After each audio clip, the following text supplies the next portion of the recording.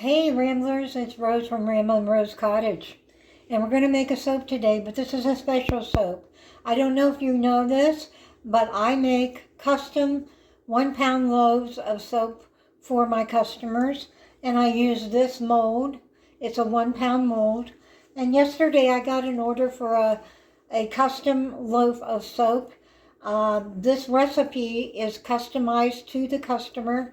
It does not contain coconut oil. The customer has allergies to coconut oil, so she asked me if I could make her a tallow soap without coconut oil, and I told her I could. So today our recipe is going to be very brief. It is my tallow and olive oil, rice bran oil, and castor oil, and I have formulated it so that the tallow is the bulk of the recipe. And in this soap, there's not going to be much to it. We are going to be using Brambleberry's fragrance of oatmeal, milk, and honey. And the soap will cure to a dark tan to a brown. So I'm not going to use any colors on it. We are going to put honey in per the request of the customer. I have melted honey into a glass of warm water so that it does not create spots into the soap, and we'll add that at trace. And the only other additive that I'm going to be using is my normal 1 teaspoon of kaolin clay, and this helps to make this fragrance stay in the bars of soap, and it also gives the lather a nice slip. I have told my customer that this, because there's no coconut oil in this recipe, the lather will be more on the creamy side than it will be on the bubbly side.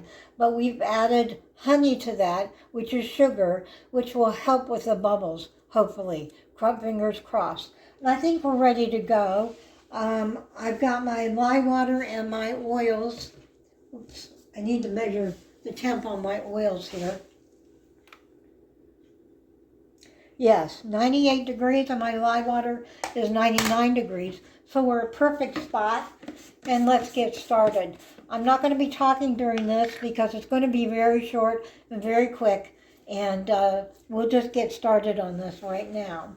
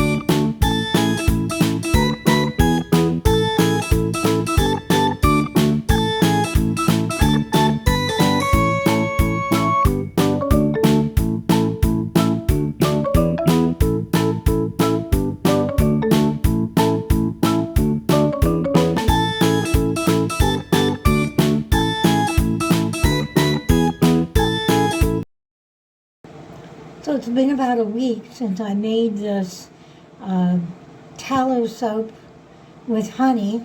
This has no coconut oil in it. This is a special custom order. This is what wouldn't fit into the mold. I made 2 of these, one for my customer and one for me to test out. And I'm doing a test on the lather for this. This is a lather test on this. Let's see how it lathers. It's slippery. Look at that lather.